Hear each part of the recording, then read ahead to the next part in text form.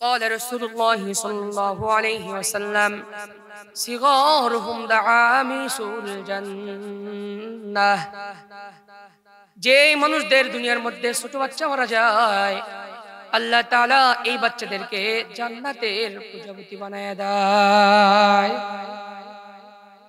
নবী বলেন জান্নাতের মধ্যে অনেকগুলা ফুলের বাগান থাকবে আর এই বাচ্চাগুলা একমাত্র ওই জান্নাতের প্রজাপতি হয়ে যাবে আর একমাত্র তারা হাসরের ময়দানে তার মা আর বাবাকে খুঁজবে। এই মুসলমান জোরে আওয়াজ দিয়ে কোন এই বাচ্চাগুলা কাকে খুঁজবে? নবী বলেন এই বাচ্চাগুলা হাসরের ময়দানে তার মা আর বাবাকে খুঁজবে। দুনিয়ার মধ্যে যেরকম ভাবে এই বাচ্চাগুলা দুনিয়ার মধ্যে তার বাবার হাত ধরে ঘুরতো এরকম ভাবে হাসরের ময়দানে বাচ্চাগুলা তার বাবার হাত ধরবে। আর দুনিয়ার মধ্যে যেরকম ভাবে বাচ্চাগুলা মার কাপড়ের আঁচল ধরে ধরে ঘুরতো এরকম ভাবে বাচ্চাগুলা হাসরের ময়দানে বাবার হাত ধরবে আর মার কাপড়ের আঁচল ধরে এক পর্যায়ে টানতে টানতে আল্লাহর জান্নাত পর্যন্ত নিয়ে যাইবে। এই জন্যে আল্লাহ পাক যে সমস্ত মানুষদের ছোট বাচ্চা মারা গেছে প্রত্যেককে আল্লাহ তাআলা ধৈর্য ধারণ করার তৌফিক দান করেন বলি আমিন।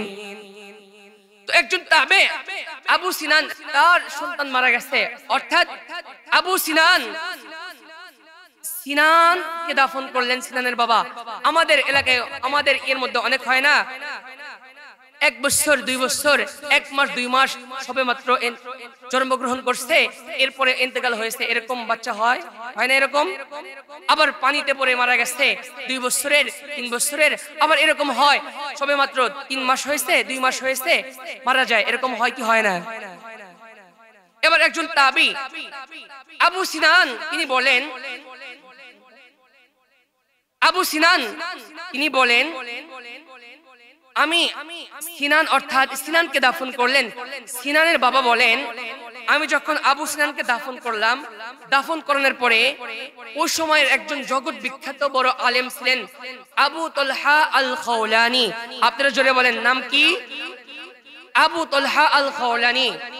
এই আবু তালহা আল খাওলানি বললেন এ আবু সিনান তুমি যেহেতু তোমার সন্তানকে দাফন করলা, দেখেন বাবা সন্তানকে দাফন করেছে, সন্তান বাবাকে দাফন করে নাই, এর চাইতে আর বড় পরীক্ষা কি হতে পারে? বাবা সন্তানকে দাফন করেছে।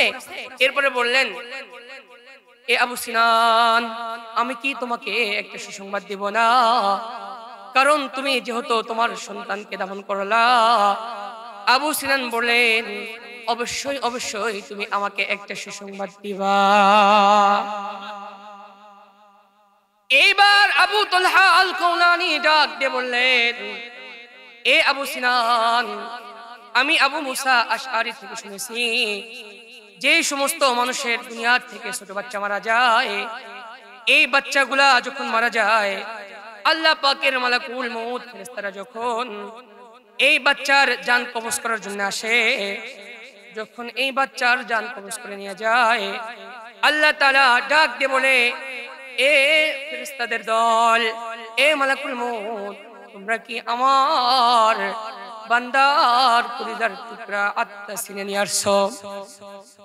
আল্লাহ আবার ডাক দিয়ে বলে এ ফেরেশতাদের দল তোমরা কি আমার বান্দার সন্তানকে ছিনে নিয়ে আসছো? আল্লাহ ডাক দিয়ে বলে, তখন ফেরেশতারা বলে ওগো আল্লাহ কারণ আমরা আপনার বান্দার সন্তানের আত্মা ছিনে নিয়ে আসছি। আল্লাহ ডাক দিয়ে বলে এ ফেরেশতাদের দল তোমরা যখন আমার বান্দার সন্তানের আত্মা ছিনে নিয়ে আসছো তখন আমার ওই বান্দা কি বলেছে? এবার মালাকুল মউত ডাক দিয়ে বলে ওগো আল্লাহ আপনার বান্দা তো আপনার প্রতি কোনো অভিযোগ দায়ের করে নাই, আপনার বান্দা আপনার প্রতি কোনো অভিযোগ দায়ের করে নাই, আর আপনার বান্দা আপনার প্রতি প্রশংসা করেছে। আর আপনার বান্দা বলেছে সবাই আমার সঙ্গে পড়েন। আপনার বান্দা পড়েছে ইন্না লিল্লাহি ওয়া ইন্না ইলাইহি রাজিউন। আল্লাহু আকবার বলেন। এবার ফেরেশতারা বলে, ওগো আল্লাহ, আপনার বান্দা তো আপনার প্রতি কোনো অভিযোগ দায়ের করে নাই, আপনার বান্দা আপনার প্রশংসা করেছে, আর আপনার বান্দা বলেছে ইন্না লিল্লাহি ওয়া ইন্না ইলাইহি রাজিউন। আল্লাহ পাক বলে, আমার বান্দা এত কঠিন মুসিবতের মধ্যে থেকেও যেহেতু আমি আল্লাহর ব্যাপারে কোনো অভিযোগ দায়ের করে নাই, আমার বান্দার জন্য একটা জান্নাতের মধ্যে একটা ঘর নির্মাণ করে দাও, বাইতুল হাম, সংসার ঘর। সুবহানাল্লাহ বলেন। এক সাহাবী আবু হুরায়রা রাদিয়াল্লাহু তাআলা আনহুর কাছে গেছে, যাওয়ার পর বললেন, ওগো আবু হুরায়রা, আমি তো দুটি সন্তানকে হারিয়ে ফেলেছি, আমাকে একটা সান্ত্বনা দেওয়ার জন্য একটা হাদিস শোনায় দেন। নবীজির কি এমন কোনো হাদিস নাই যে হাদিস শুনলে আমার দুটি সন্তান চলে গেছে, আমি একটু আমার আত্মাকে সান্ত্বনা দিতে পারবো? আবু হুরায়রা বললেন, অবশ্যই অবশ্যই নবীজির একটা হাদিস আছে, আমি তোমাকে শোনায় দেন। সুবহানাল্লাহ বলেন। এবার আবু হুরায়রা রাদিয়াল্লাহু তাআলা আনহু বললেন, আবু হাসানকে বললেন, এ আবু হাসান, যখন তুমি দুটি সন্তানকে দুনিয়া থেকে হারাইছো, আমি নবীজির থেকে শুনেছি, নবীজি বলেছেন সিগারুহুম দাআমিসুল জান্নাহ। দুনিয়া থেকে যখন কোনো মানুষের ছোট বাচ্চা মারা যায়, আল্লাহ তাআলা এই বাচ্চাদেরকে জান্নাতের প্রজাপতি বানায় দেয়। আরেকটি হাদিস শোনাই, যে সমস্ত মার গর্ভে ৮-৯ মাসের বাচ্চা মারা যায়, এই সমস্ত বাচ্চাগুলা কি করবে জানেন? নবীজি হাদিসের মধ্যে বলেন, সরকারে দো আলম নবী বলেন, যে সমস্ত মানুষের, যে সমস্ত মহিলাদের মায়েদের ৮-৯ মাসের বাচ্চা মারা যায়, এই বাচ্চাগুলা হাশরের ময়দানে ওই মাকে নাভি দিয়ে পেছায় এক পর্যন্ত আল্লাহর জান্নাতে টানতে টানতে এই মাকে ওই সন্তান তার নাভি দিয়ে পেছায় এক পর্যন্ত আল্লাহর জান্নাত পর্যন্ত নিয়ে যাইবে। যতক্ষণ পর্যন্ত ওই মা বাবাকে জান্নাত না দিবে, হাদিসের মধ্যে আসছে, নবী বলেন ৮-৯ মাসের যে সমস্ত বাচ্চা মারা যায়, এই বাচ্চাগুলা ওই মাকে নাভিতে পেছায় এক পর্যন্ত আল্লাহর জান্নাত পর্যন্ত টানতে টানতে নিয়ে যায়। তাহলে হাদিসের মধ্যে জানতে পারলাম ৮-৯ মাসের যে সমস্ত আল্লাহ পাক যে সমস্ত মায়ের গর্ভে এরকম ৮-৯-১০ মাসের বাচ্চা মারা গেছে, তাদেরকে ধৈর্য ধারণ করার তৌফিক দান করেন, বলি আমিন। তাহলে হাদিসের মধ্যে জানতে পারলাম যে সমস্ত মায়েদের ৮-৯ মাসের বাচ্চা মারা যায়, এই বাচ্চাগুলা হাশরের ময়দানে তার মাকে নাভি দিয়ে পেঁচায় এক পর্যন্ত আল্লাহর জান্নাত পর্যন্ত নিয়ে যাইবে। এক সাহাবী তিনি নবীজির কাছে যাইতেন, তার একটা সন্তান, দেখা যায় না অনেক সময় আমাদের এই মসজিদের মধ্যেও তো ছোট ছোট বাচ্চাদেরকে নিয়ে আসা হয়, অনেকেই হুজুরেরা আবার অনেকেই এরকম ভাবে ফাজালে আমল অনেক কিছু এরকম ভাবে আমল করতে থাকে, আর বাচ্চাগুলা এরকম ভাবে শুনতে থাকে না। তে নবীজির দরবারে এক সাহাবী যাইতেন, প্রত্যেকদিন যাইতেন, নিয়মিত যাইতেন, তার একটা সন্তান ছিল, এই সন্তানকে নিয়ে নবীজির সামনে বসাইতেন নবীজির বয়ান শোনার জন্য। সুবহানাল্লাহ বলেন। হঠাৎ করে একদিন আল্লাহর হাবিব সরকারে দো আলম নবীজি সাহাবায়ে কেরামদের জিজ্ঞাসা করলেন, বুঝলাম না, প্রত্যেকদিন অমুক সাহাবী তো এসে তার সন্তানকে আমার সামনে বসাইতো, আর আমার সামনে বসায়া তার সন্তানকেও পর্যন্ত আমি যে সমস্ত নসিহত করতাম এই সমস্ত নসিহত পর্যন্ত শোনাইতো। এবার কিন্তু দেখি না সাহাবায়ে কেরাম ডাক দিয়ে বলে, সরকারে দো আলম নবী, এই বান্দার, এই সাহাবীর এই বাচ্চাটা তো দুনিয়া থেকে চলে গেছে, যার কারণে উনি সন্তানের মায়ায়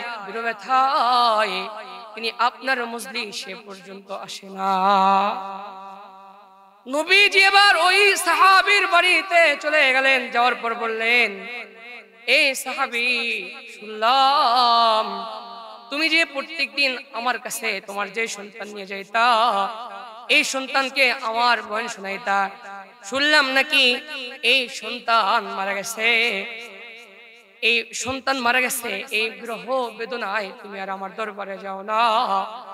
তখন নবী তাকে সান্ত্বনা দেওয়ার জন্য বললেন, তুমি তোমার এই সন্তানকে দিয়ে তুমি আখিরাতের তুমি সফলতা চাও, নাকি তুমি পার্থিব জগতের সফলতা চাও, নাকি তোমার এই সন্তানকে দিয়ে তুমি চাও যে আমার সন্তান আমার জন্য জান্নাতের দরজা খুলে নিয়ে থাকবো। এবার নবী যখন বললেন, সাহাবী বললেন, সরকারে দো আলম নবী, আমি চাই যে আমার এই সন্তানটা পরকালে আমার জন্য জান্নাতের দরজা খুলে দিয়ে থাকবো। সুবহানাল্লাহ বলেন। হাদিসের মধ্যে আসছে, নবী বলেন, যে সমস্ত ঈমানদার মুসলমানদের বাচ্চা মারা যায়, এই বাচ্চাদেরকে জান্নাতের মধ্যে লালন পালন করেন হযরত ইব্রাহিম পয়গম্বর আলাইহিস সালাতু ওয়াস সালাম, এবং আরেকজন তার স্ত্রী সারা রাদিয়াল্লাহু তাআলা আনহা। এই দুজন, ইব্রাহিম পয়গম্বর আলাইহিস সালাতু ওয়াস সালাম আর সারা, এই দুজন মিলে যত দুনিয়াতে ছোট বাচ্চা মারা যায়, এই বাচ্চাদেরকে জান্নাতের মধ্যে লালন পালন করেন। জোরে বলেন। আর এই বাচ্চাগুলা যখন হাসরের ময়দানে এই ইব্রাহিম আলাইহিস সালাতু ওয়াস সালাম আর সারা রাদিয়াল্লাহু তাআলা আনহা এই হাসরের ময়দানে এই বাচ্চাদেরকে তার মা আর বাবার কাছে জমা দিয়ে দিবে। হাদিসের মধ্যে আসছে, সরকার দো আলম নবী বলেন, যে সমস্ত মানুষের দুনিয়া থেকে ছোট বাচ্চা মারা যায়, এই বাচ্চাগুলাকে জান্নাতের মধ্যে লালন পালন করেন হযরত ইব্রাহিম পয়গম্বর আলাইহিস সালাতু ওয়াস সালাম এবং তার স্ত্রী সারা রাদিয়াল্লাহু তাআলা আনহা। এমনকি পয়গম্বর ইব্রাহিম পয়গম্বর আলাইহিস সালাতু ওয়াস সালাম এই বাচ্চাদেরকে জান্নাতের মধ্যে লালন পালন করেন, তার স্ত্রী সহ এই বাচ্চাদেরকে লালন পালন করেন। হাসরের ময়দানে ইব্রাহিম পয়গম্বর আলাইহিস সালাতু ওয়াস সালাম এবং তার স্ত্রী যে এই বাচ্চাদেরকে লালন পালন করত, হাসরের ময়দানে তার মা আর বাবার কাছে জমা দিয়ে দিবে। এমনকি জান্নাতের মধ্যে এই যে ছোট বাচ্চাগুলা মারা যায়, এই বাচ্চাগুলাকে জান্নাতের মধ্যে দুধও পান করায়। সুবহানাল্লাহ বলেন। নবী বলেন, জান্নাতের মধ্যে একজন দুধকারিনীও আছে, এই বাচ্চাদেরকে দুধ পান করায়। সরকারে দো আলম নবী বলেন, আল্লাহর হাবিব সরকারে দো আলম রাসূল সাল্লাল্লাহু আলাইহি সাল্লামের সন্তান ইব্রাহিম যখন দুনিয়া থেকে চলে যায়, এই ইব্রাহিমের ব্যাপারে নবী বলেন, এই ইব্রাহিমকে দুধ পান করার জন্য জান্নাতের মধ্যে একজন দুধকারিনীও আছে। তাহলে আল্লাহ পাক আমাদের ওই সমস্ত সকল মানুষদেরকে ধৈর্য ধারণ করার তৌফিক দান করেন যে সমস্ত মানুষের ছোট বাচ্চা দুনিয়া থেকে চলে গেছে। আর আল্লাহ তাআলা যে সমস্ত বাচ্চারা আসতেছে সকলকে হায়াতে তয়্যিবা দান করেন, বলি আমিন। এখন কথা হলো, বাচ্চাগুলো যদি মারা যায় তাহলে সিগরুহুম দাআমিসুল জান্নাহ, এই বাচ্চাগুলা জান্নাতে প্রজাপতি হয়ে যায়। হাসরের ময়দানে বাচ্চাগুলা তার মা আর বাবাকে টানতে টানতে এক পর্যন্ত জান্নাতে নিয়ে যাইবে। এটা তো বাচ্চা যদি মারা যায়। আর বাচ্চা যদি বেঁচে যায়, এর কিছু করণীয় আছে না? জোরে কোন কথা বলেন। পিতামাতাদের কিছু করণীয় আছে হাদিসের মধ্যে। সময় খুবই সংক্ষিপ্ত, এরপরেও দুই একটা হাদিস আমি শোনায় শেষ করব ইনশাআল্লাহ। আল্লাহর হাবিব সরকারে দো আলম নবী বলেন, মুরু আওলাদাকুম বিসসালাতি ওহুম আবনাউ সাবঈ সিনিন। নবী বলেন, সন্তান তোমাদের ছোট ছোট বাচ্চাদের বয়স যখন 7 হয়, আল্লাহর হাবিব সরকারে দো আলম নবী বলেন, তোমাদের ছোট ছোট বাচ্চাদের বয়স যখন 7 হয়, তোমরা এই বাচ্চাদেরকে নামাজের আদেশ করো। এরপরে যখন তাদের বয়স 10 হয়, 10 হইলে তারা যদি 10 বছর বয়সেও নামাজে যেতে না চায়, মৃদু মৃদু আঘাত পর্যন্ত তাদের করতে পারবা। কিন্তু আফসোস লাগে, ইসলাম যেভাবে বলে এইভাবেই আমাদের লালন পালন করতে হবে। 7 বছর বয়সে নবী বলেন, মুরু আওলাদাকুম বিসসালাতি ওহুম আবনাউ সাবঈ সিনিন, তোমার সন্তানকে 10 বছর 7 বছর বয়সে তুমি নামাজের আদেশ করো। এরপরে যদি যেতে না চায়, 10 বছর বয়স হলে তুমি মৃদু মৃদু আঘাত করো। 3 বছর দৌড়ের সঙ্গে তুমি আদেশই করো। অথচ 20 বছর হয়ে গেছে, জীবনে কোনোদিন নামাজের কথা বলে নাই। 20 বছর পর হঠাৎ করে বলে নামাজে যাও, যাই নাই মার শুরু করছে, এটা হবে?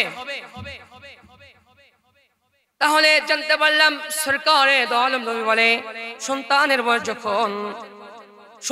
বয়স যখন 7 হয়, তাকে তোমরা নামাজের জন্য আদেশ করো। এবং তাদের বয়স যখন 10 হয়, প্রয়োজনে 10 বছর বয়সে যদি নামাজে যেতে না চায়, তাদেরকে মৃদু মৃদু আঘাত পর্যন্ত করতে পারবা। আর এরপর নবী বলেন, তোমাদের এই সন্তানদেরকে যখন এই সন্তানদের, এটা একটা কঠিন মাসআলা, জরুরি মাসআলা, সবাই ভালো করে মনোযোগ দিয়ে শুনবেন। সরকারে দো আলম নবী বলেন, এরপরে তোমাদের বাচ্চাদের বয়স যখন 10 হয়, তাদের তোমরা বিছানা আলাদা করে দাও। 10 বছরের বয়সের কোন ছেলে মেয়েকে একসাথে শোয়াবেন না। সরকারে দো আলম নবী বলেন, সন্তানের বয়স যখন 10 হয়, এই বাচ্চাদেরকে তোমরা তাদের বিছানা আলাদা করে দাও, আলাদা আলাদা রুম করে দাও। যদি আলাদা আলাদা রুমের যদি ব্যবস্থা না হয়, সামর্থ্য যদি না থাকে, এই সন্তানদের জন্য আলাদা আলাদা খাটের ব্যবস্থা তোমরা করে দাও। এরপরেও যদি আলাদা আলাদা খাটের ব্যবস্থা না হয়, এই সন্তানদের জন্য এক খাটের মধ্যে তোমরা আলাদা আলাদা খেতা কম্বলের ব্যবস্থা করে দাও। 10 বছরের কোনো ভাই বোন একসঙ্গে শুইতে পারবো না। এই কারণে সরকারে দো আলম নবী বলেন, 10 বছরের কোনো ভাই বোন একসঙ্গে শুইতে পারবে না। আবার 10 বছরের কোনো ভাই একসঙ্গে শুইতে পারবে না। 10 বছরের কোনো বোন কিংবা ভাই বোন একসঙ্গে ঘুমাইতে পারবে না। তোমরা যদি সামর্থ্য না হয়, আলাদা আলাদা রুমের সামর্থ্য না হয়, তোমরা আলাদা আলাদা খাটের ব্যবস্থা করে দাও। এমনকি আলাদা আলাদা যদি খাটের ব্যবস্থা পর্যন্ত না হয়, তোমরা আলাদা আলাদা কম্বলের ব্যবস্থা পর্যন্ত করে দাও। এরপরেও একসঙ্গে রাখো না।